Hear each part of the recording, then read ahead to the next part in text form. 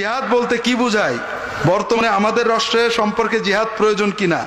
জিহাদ কি শরিয়াতের পরিভাষায়, আমার ইসলামের নামে জঙ্গিবাদ বইটা পড়বেন, শরিয়াতের পরিভাষায় জিহাদ হলো ইসলামী রাষ্ট্রের রাষ্ট্রপ্রধানের নেতৃত্বে রাষ্ট্রের দুশ্মনদের সাথে অস্ত্র নিয়ে লড়াই করা।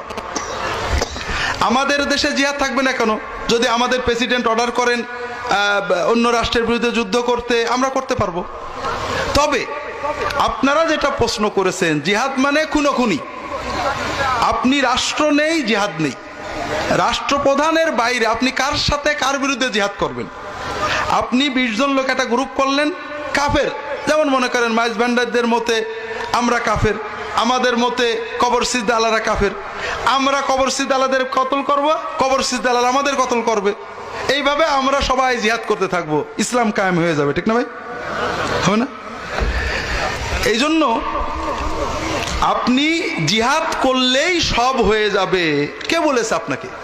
জিহাদ করে কবে কি হয়েছে? আল্লাহ রসুল সাল্লাল্লাহু আলাইহি ওয়াসাল্লাম জিহাদ করে ইসলামী রাষ্ট্র বানাননি, দাওয়াতের মাধ্যমে মদিনা ইসলামী রাষ্ট্র প্রতিষ্ঠা করেছেন। জিহাদের মাধ্যমে রাষ্ট্রের সার্বভৌমত্ব, আল্লাহর দ্বীনের, আল্লাহর কালেমার সার্বভৌমত্ব রক্ষা করেছেন।